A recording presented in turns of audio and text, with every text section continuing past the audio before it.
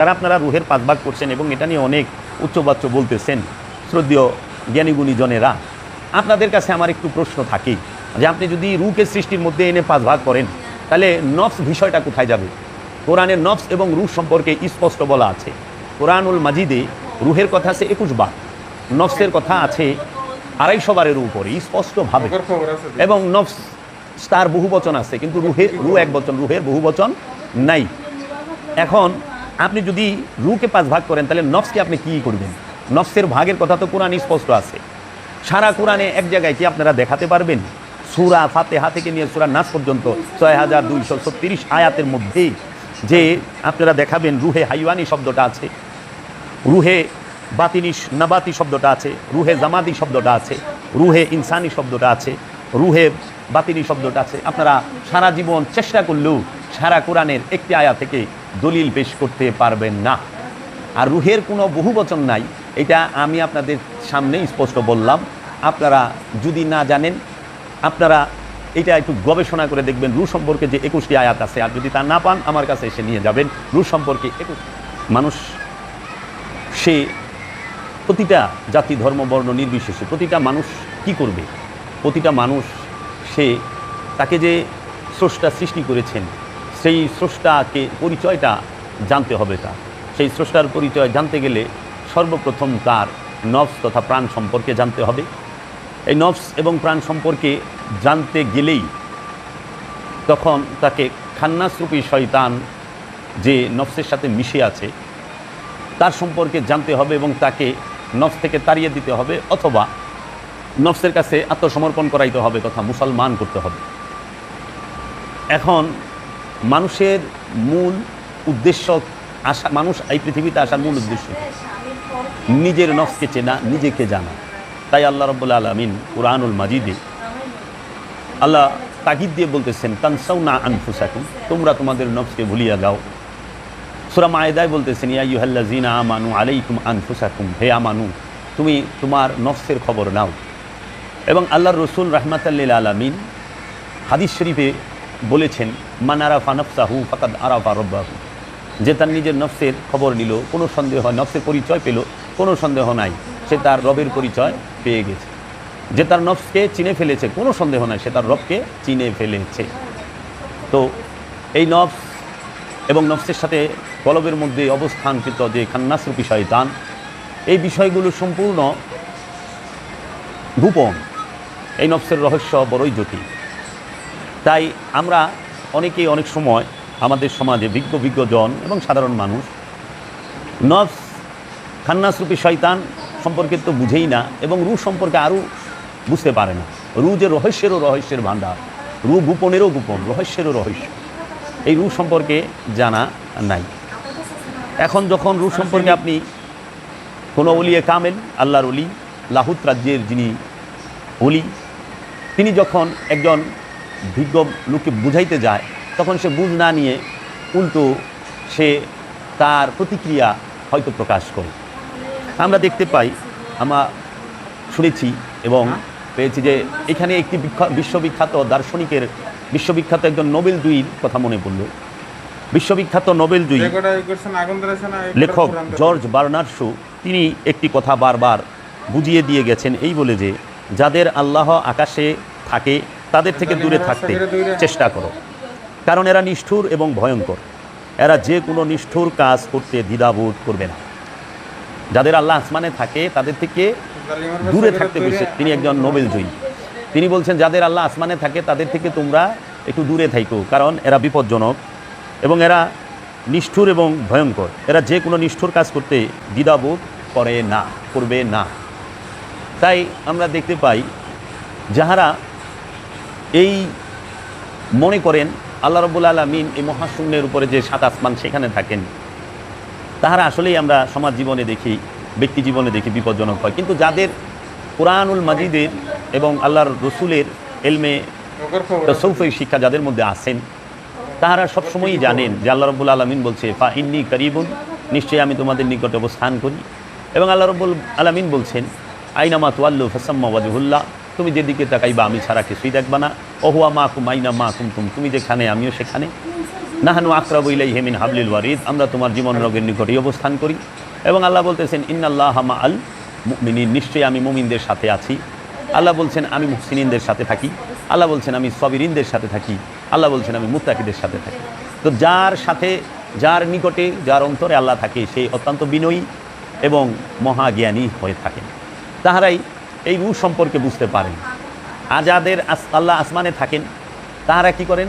রুহেকে নুরানি মাখলুক বলে থাকেন, যে রূহ নুরানি মাখলুক। নাউজুবিল্লাহ, রূহ কখনো মাখলুক নয়। সারা কোরআনের রূহকে কোথাও মাখলুক বলা হয় নাই। রূহ এক বচন, রুহের কোনো বহু বচন নাই। রূহ সৃষ্টি নয়, আল্লাহ কোথাও রূহকে সৃষ্টি বলে নাই। যাহা সৃষ্টি নয় তাহার কোনো ভাগ হয় না। ভাগ হইতে গেলে সৃষ্টি হইতে হবে।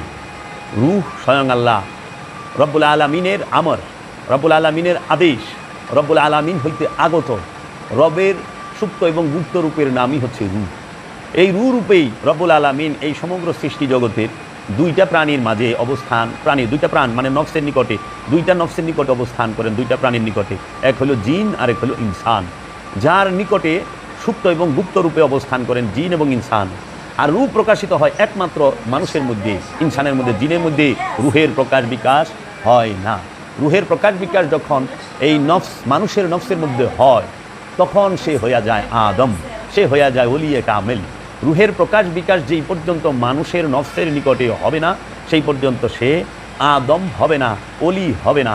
অলি হইতে গেলেই রুহের প্রকাশ এবং বিকাশ এই নফসের নিকটে হইতেই হবে। এর জন্য জিনের নফসের নিকটে রূহ গুপ্ত এবং সুপ্ত রূপে অবস্থান করে, মানুষের নফসের নিকটে রূহ সুপ্ত এবং গুপ্ত রূপে অবস্থান করে।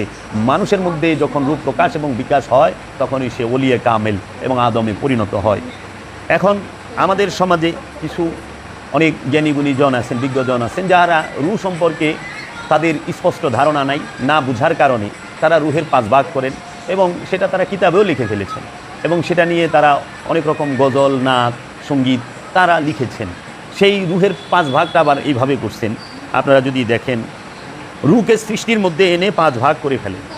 1 নম্বর ভাগ রূহে জামাদি, 2 নম্বর ভাগের নাম হলো রূহে নাবাতি, 3 নম্বর ভাগের নাম হলো রূহে হাইওয়ানি, 4 নম্বর ভাগ হলো রূহে ইনসানি, 5 নম্বর ভাগ হলো রূহে বাতেনি। তাহলে এখানে যে 4 নম্বর, এই 3 নম্বর যে বিষয়টা রূহে হাইওয়ানি, মানে হাইওয়ান শব্দের অর্থ হলো জানোয়ার, আর রূহ মানে হচ্ছে রবের আদেশ, আমর।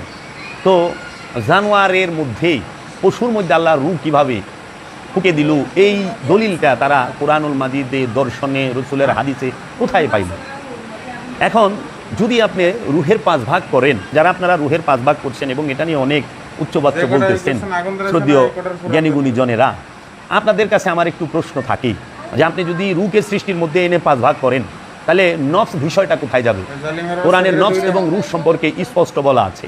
কোরআনুল মাজিদে রূহের কথা আছে 21 বার, নফসের কথা আছে 250 বারের উপরে স্পষ্টভাবে। এবং নফস তার বহু বচন আছে, কিন্তু রূহ এক বচন, রূহের বহু বচন নাই। এখন আপনি যদি রূহকে 5 ভাগ করেন, তাহলে নফসকে আপনি কী করবেন? নফসের ভাগের কথা তো কোরআনে স্পষ্ট আছে।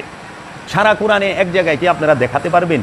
সূরা ফাতিহা থেকে নিয়ে সূরা নাস পর্যন্ত 6236 আয়াতের মধ্যে যে আপনারা দেখাবেন রূহে হাইওয়ানি শব্দটা আছে, রূহে বাতিনি নাবাতি শব্দটা আছে, রূহে জামাদি শব্দটা আছে, রূহে ইনসানি শব্দটা আছে, রূহে বাতিনি শব্দটা আছে। আপনারা সারা জীবন চেষ্টা করলেও সারা কোরআনের একটি আয়াত থেকে দলিল পেশ করতে পারবেন না। আর রূহের কোনো বহুবচন নাই, এটা আমি আপনাদের সামনেই স্পষ্ট বললাম। আপনারা যদি না জানেন, আপনারা এইটা একটু গবেষণা করে দেখবেন রূহ সম্পর্কে যে 21টি আয়াত আছে, আর যদি তা না পান আমার কাছে এসে নিয়ে যাবেন রূহ সম্পর্কে 21টি আয়াতের দলিল। এখন আসেন, আপনি নফস তথা প্রাণকে নফস বলাই ভালো। নফসের কয়েকটি ভাগ করা যায়, যেমন নফসে আম্মারা। নফসে আম্মারার কথা কোরআনে আছে, এক নফস, সেই নফসের বেশ কয়েকটি ভাগ আছে, যেরকম নফসে আম্মারা, নফসে লাওয়ামা, নফসে মুতমাইন্না। আবার বলা হয় নফসে মুলহেমা এবং নফসে ওয়াহেদাতা।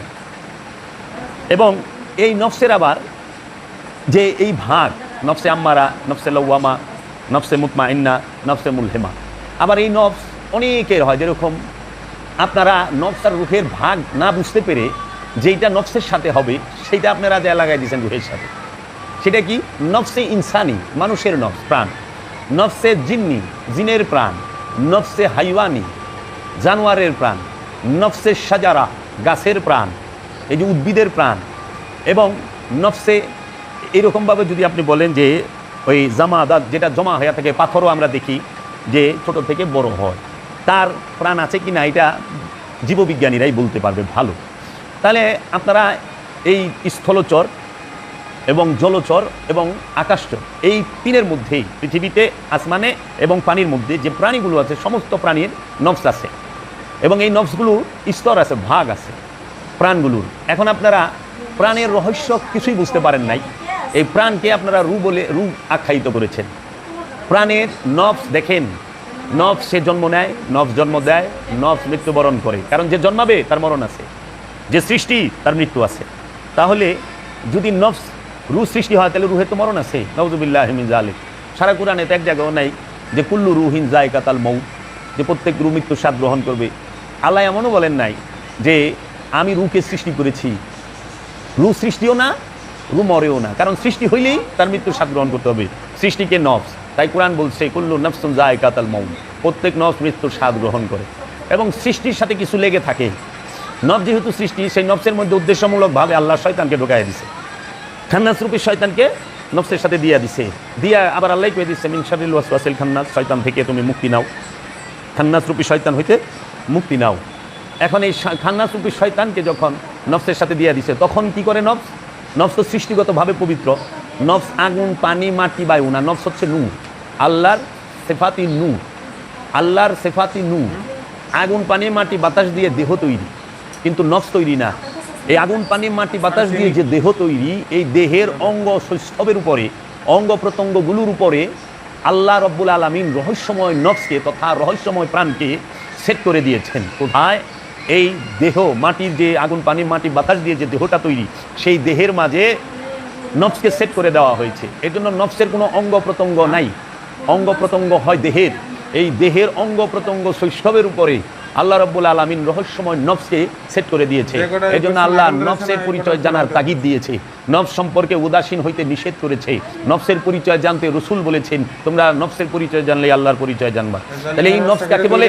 আমার দয়াল মুর্শিদ বাবা জাহাঙ্গীর আমাকে যে শিক্ষাটা দিয়েছেন, বাবা জাহাঙ্গীর বলেছেন, বাবা জেনে নাও, নফস হচ্ছে মানবীয় ইন্দ্রিয় অনুভূতির বিচিত্র গতি প্রবাহের নামকে বলা হয় নফস।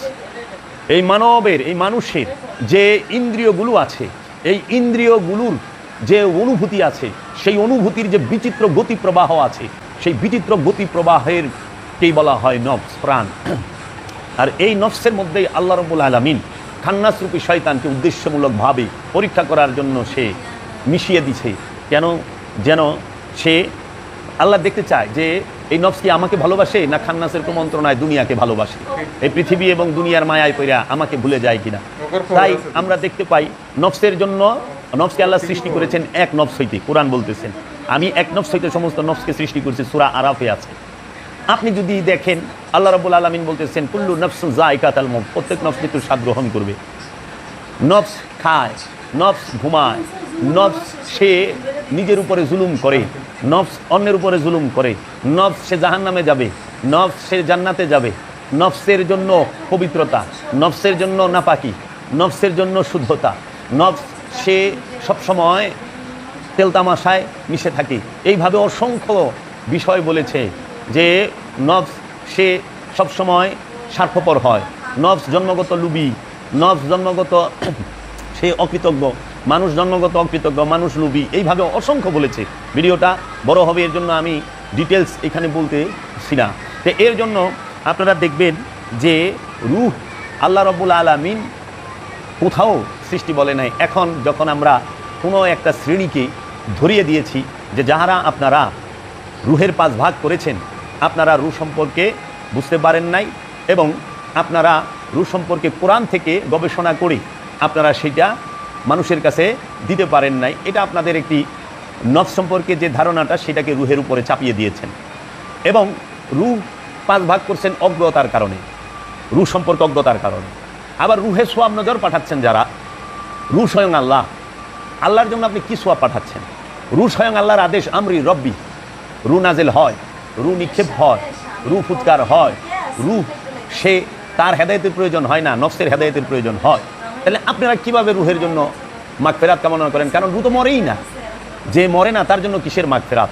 যে জুলুম করে না, যে অত্যাচার করে না, যে নাপাক হয় না, যে পাপ করে না, তার জন্য আপনারা কিভাবে সোয়াব পাঠান এবং তার জন্য কিভাবে আপনারা মাগফিরাত কামনা করেন? মাগফিরাত কামনা করতে হইলে, সোয়াব পাঠাইতে হইলে নফসের জন্য পাঠান, নফসের জন্য মাগফিরাত কামনা করেন, প্রাণের জন্য। কারণ প্রাণ কিয়ামতের মুখোমুখি হয়, রুহ কিয়ামতের মুখোমুখি হয় না। নফস সাআতের মুখোমুখি হয়, রুহ সাআতের মুখোমুখি হয় না। নফস হাসরে উঠবে, রুহ হাসরে উঠবে না। রুহ স্বয়ং আল্লাহ হাসরের দিবসে রুহ সে সমস্ত কিছু বলবে। এর জন্য আপনারা যাহারা রসুলের জন্য দোয়া করেন, রসুলের রুহে সোয়াব পাঠান, তারা সারাসার বেয়াদবি করেন। কারণ আল্লাহ রসুলের থেকে যোগ্য পাত্র আপনারা কি হুই নন। আপনারা যারা রসুলের জন্য সোয়াব পাঠান, রসুলের রুহে সোয়াব পাঠান, রসুলের রওজায় সোয়াব পাঠান, তারা ভুল করেন, এর থেকে সইরা আসেন। আপনারা কি করেন? নিজের জন্য মাগফিরাত কামনা করেন, নিজের নফসের জন্য দোয়া চান, আত্মীয় স্বজন যাহারা আপনার আছে তাদের জন্য হেদায়েতের জন্য দোয়া চান, আপনারা রসুলের উসিলায় দোয়া চান, কিন্তু রসুলের জন্য দোয়া করতে যায় না। এটা কিন্তু এই যারা রসুল মানেন না, রসুলকে ছোট করে দেখেন, তাদের সূক্ষ্ম চক্রান্ত। এই চক্রান্তের ফাঁদে আপনারা পা দিয়েন না। আর রু মরে না, তাই রুহের জন্য মাগফিরাত নাই। রু স্বয়ং আল্লাহ। যারা রুহে সোয়াব পাঠায় তারাও ভুলে আছেন, যারা রুহে পাঁচ ভাগ করেন তারাও ভুলে আছেন, যারা রসুলের জন্য দোয়া করেন তাহারাও ভুলে আছেন। আপনাদের এই ভুল আশা করি সংশোধন করবেন। আর যদি আপনারা এই ফেটামি করেন, গোরামি করেন, তাহলে এটা আপনাদের নফসের উপরেই জমা থাকবে। আর আপনারা যে ছোট করে যাদেরকে কথা বলেন যে আপনারা 40 দায়রার 24 দায়রার এই দায়রা আর এই 40 সবক আর 24 সবক দিয়ে যে আপনারা কী করছেন সেটা তো আমরা বুঝতে পারি। সারাটা জীবন মানুষকে ভুল শিক্ষা দিয়ে গেলেন, এর দায়ভার আপনাকে নিতে হবে। আপনারা কোনোভাবেই এই সহজ সরল মুরিদ, সহজ সরল মুসল্লি, সহজ সরল মানুষের কে যে বিপথে নিচ্ছেন এবং তাদেরকে যে আপনারা ভুল শিক্ষা দিচ্ছেন, এই দায়ভার আপনারা এড়াতে পারবেন না। হয়তো গায়ের জুড়ে আপনারা দুইটা গালি দিতে পারবেন, কিন্তু আপনারা কখনোই সত্য দিতে পারবেন না, যে পর্যন্ত না শুধরাবেন। এজন্য আমি আপনাদের প্রতি আহ্বান রাখবো, আপনারা আরও কামিল মুর্শিদের কাছে বায়াত হয়ে মোরাকাবা মুশাহেদা করে আপনারা রুহের প্রকাশ এবং বিকাশ নিজের নফসটাকে রুহের প্রকাশিত রুহ এবং বিকশিত রুহের মাঝে নফসকে ফানা করেন, যেন আপনারা রুহের দেখা পান, রবের পরিচয় পান। আপনারা রবের পরিচয় পান নাই, আপনাদের মধ্যে এখনও হিংস্রতার ভাব যায় নাই, আপনাদের মধ্যে এখনও জ্ঞান গরিমার অনেক অভাব আছেন এবং আপনারা অল্পতেই ক্ষিপ্ত হয়ে যান। আপনারা আলোচনা করেন, একটা রেফারেন্স দিতে পারেন না, আপনাদের কাছে কোনো রেফারেন্স নাই, তাহলে কেমন আলোচনা করলেন? আপনি রেফারেন্স দেন। আমি তো কোরআন গবেষণা করে বলি, কতটি দলিল লাগবে আপনার কাছে? আপনি আসেন আমার এখানে, কোনো বাহাস্তা, আমরা বসি কথা বলি, আপনি শিখাইয়া যান, আর নাহলে আমি শিখাইয়া দিই আপনারে। আমরা তো, আমার মুর্শিদ বাবা জাহাঙ্গীর বলছে, তুমি শিখাও আমি শিখি, আমি শিখাই তুমি শিখো। তো কাজেই এই বাংলার জমিনে আমরা শুধু এই আল্লাহর প্রতি খালি অনেক সুন্দর সুন্দর প্রকাশ করলাম যে আমরা ভালোবাসি। ওই যে একটা কথা আছেন, শাহপীর চিশতি নিজামী একটি কালাম বলছেন, তোমাকে ভালোবাসি কই, তোমাকে ভালোবাসি কই, ভালোবাসার নামটি দিয়ে করি হইচই, তোমাকে ভালোবাসি কই। আমরা তো হইচই করতেছেন আপনারা, কিন্তু ভালো তো বাসতেছেন না। কারণ কুরআনুল মাজিদ থেকে খান্নাসরূপী শয়তানের পরিচয়টা বাবা জাহাঙ্গীর তুলে ধরেছেন। এখন যদি আপনাদেরকে জিজ্ঞেস করা হয় যে বাবা, আমরা আমাদের সমাজে বলে যে বাবারে যত ভুল ভ্রান্তি অপকর্ম আকাম কুকাম যাই করছি, আমরা সব শয়তানের কুমন্ত্রণায় করছি, শয়তানের ফেরাবে পয়রা করছি, নফসের খায়েশে পয়রা করছি। তো এখন কথা হচ্ছে যে আল্লাহ যখন বলল উসুজুদুল আদামা, হে ফেরেশতারা আদমকে সেজদা দাও, ফেরেশতাদের সর্দার আজাজিল, সে যাতে জিন ছিল, সেই আজাজিল সে সেজদা না দিয়ে আল্লাহকে বলল, আল্লাহ আমি আদম হইতে উত্তম। এই যে কথাটি বললেন তিনি, যে শয়তান বলল যে আমি আদম হইতে উত্তম, তো এই যে কথাটা বলল আল্লাহর মুখের উপরে, তো এই যে কুবুদ্ধি কিংবা এই কথাটা সে কীভাবে বললো? কারণ আজাজিলের আগে তো কোনো শয়তান ছিল না। শয়তান ছিল? আমরা নয় আল্লাহকে সেজদা করি না, আল্লাহর ইবাদত করি না, আল্লাহর হুকুম মানি না, আমরা পাপাচার কামাচারে লিপ্ত, শয়তানের কুমন্ত্রণায়। শয়তান আল্লাহর সাথে বলছে বনি আদমকে আমি জাহান্নামে ফালামু। কিন্তু আমাদের কাছে যদি জানার জন্য আমি আপনার কাছে বলি যে বাবা, শয়তানের আগে তো কোনো শয়তান ছিল না, আজাজিলের আগে কোনো শয়তান ছিল না, ইমামে মালাইকার আগে, তাহলে তাকে কে এই বুদ্ধিটা দিল তুমি আদমকে সেজদা দিও না? তাকে কি বুদ্ধিটা কে দিল যে তুমি আল্লাহকে বললো আমি আদম হইতে উত্তম? এর উত্তর আমার জানা আছে, কিন্তু আমি এখানে এড়িয়েই গেলাম, দিতে পারলাম না। আর এই কথাটি আপনি বাবা জাহাঙ্গীরের যে কিতাব এবং মৌলানা রুমের যে পীর বাবা শামসের তাবরিজের কিতাবের মধ্যে আপনি পাবেন। বাবা শামসের তাবরিজ মূলত এই আলোচনাটি করেছেন এবং আমার দয়াল মুর্শিদ বাবা জাহাঙ্গীরও করেছেন। তা আমি উদারতা আহ্বান রাখবো, আপনারা জ্ঞানের আলোচনা জ্ঞান দিয়ে ডিবেট করতে হয়, জ্ঞানকে জ্ঞান দিয়ে ধরতে হয়, জ্ঞানকে গালি দিয়ে ধরতে হয় না। তাই আমি বলতে চাই জগতে কেউ আজ পর্যন্ত এই নফস কি সেইটা আপনারা কেউই বলতে পারেন নাই। নফস কি স্পষ্টভাবে যদি বলে থাকে সেটা আমি জাবের বলেছি, এটা সম্পূর্ণ আমার মুর্শিদ বাবা জাহাঙ্গীরের দয়ায় এবং তার রহমতে আমি এটা বলতে পেরেছি, জানতে পেরেছি। তাই আপনারা মুরিদদের নফস কি সেটাই তো জানাইতে পারেন নাই, রু কি এটা কোথা থেকে জানাবেন? রুর আপনারা রুহের দ্বারের কাছেও যান নাই, কারণ লাহুত রাজ্যে গেলে রুহের পরিচয় পাওয়া যায়। এই নাসুত মালাকুত জাবরুত মোকামে থেকে রুহের জগতের খবর বলা যায় না। আর এখন শয়তানযুক্ত নফস সে রুহুরে 5 ভাগ করতেছে, কারণ এর নফসের সাথে শয়তান যুগ হয়ে রয়েছে, হ্যাঁ করে দিতে রুহের 5 ভাগ। তো আশা করি আপনারা আপনাদের ভুল শুধরাবেন।